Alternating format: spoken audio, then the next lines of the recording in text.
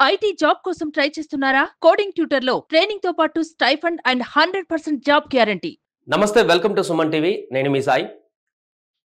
మన గ్రామాలలో, మారుమూల ప్రాంతాలలో ఇప్పటికీ కూడా కొన్ని అదృశ్య శక్తులని, లేదా ఇలా దయ్యం తిరుగుతుందని, ఇలా నానా రకాల మూఢనమ్మకాలను నమ్ముతూ వాటిని ఫాలో అవుతూ అనేక ఇబ్బందులకు గురవుతుంటారు సామాన్య ప్రజలు. వీటిని ఆసరా చేసుకొని కొంతమంది వ్యక్తులు దాన్ని నయం చేస్తామంటూ, లేదా దానికి ఒక ఆన్సర్ మా దగ్గర ఉందంటూ కూడా ప్రజలందరినీ కూడా మోసం చేసేటువంటి ప్రక్రియకు గురి చేస్తుంటారు. సో అది పక్కన పెడితే, తాజాగా ఈ దయ్యం అనేటువంటి అంశానికి సంబంధించి ఒక ఘటన జరిగింది. ఎంత ఆశ్చర్యకరంగా ఉంటుందంటే, ఆశ్చర్యకరం కాదు, కొంత బాధ కూడా కలుగుతుంది. అదొకసారి వార్త మనం పూర్తిగా చూద్దాం. సో చూడండి, దయ్యం పోవాలని దెబ్బలు, యువకుని మృతి. ఇది చండీగఢ్లో జరిగినటువంటి వార్త. దయ్యాన్ని వదిలిస్తామంటూ పంజాబ్లో ఓ ఫాస్టర్ చేసినటువంటి చికిత్స వికటించింది.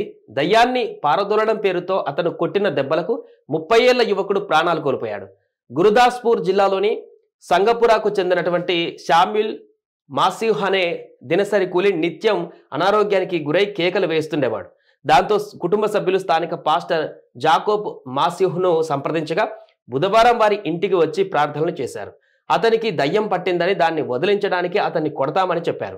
కొట్టినా ఏమి కాదని భరోసా కూడా ఇచ్చారు. అనంతరం ఆయనతో పాటు మరో 8 మంది శామ్యుల్ను గట్టిగా కొట్టడంతో అక్కడికక్కడే చనిపోయాడు. మరుసటి రోజున శవానికి సమాధి చేశారు. కానీ 2 రోజుల తర్వాత శామ్యుల్ తల్లి, భార్య పాస్టర్పై పోలీసులకు ఫిర్యాదు చేశారు.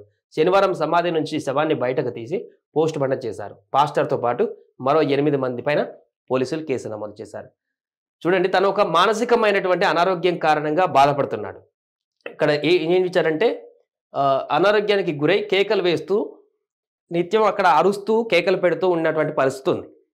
సో అదొక మానసికమైనటువంటి స్టెబిలిటీ లేని కండిషన్లో అతను ఉన్నాడు. అలాంటప్పుడు తనకు కావాల్సినటువంటి ట్రీట్మెంట్ సైకాలజిస్ట్ దగ్గరికి తీసుకువెళ్ళాలి, లేదా మెంటల్ హాస్పిటల్స్ అలాంటి కొన్ని హాస్పిటల్స్ ఉన్నాయి, అక్కడికి వెళ్తే ట్రీట్మెంట్ చేస్తారు. బట్ ఇక్కడ వీళ్ళు ఏం చేశారంటే, పూర్తిగా అక్కడ ఉన్నటువంటి స్థానికంగా ఉన్నటువంటి, మేము దయ్యాన్ని పోగొడతాం, భూతాల్ని తీసేస్తాం అని నమ్మి చెప్పేటువంటి వ్యక్తుల దగ్గరికి వెళ్ళి ఇలా ప్రాణాలనే పోగొట్టుకునేటువంటి పరిస్థితికి వచ్చింది.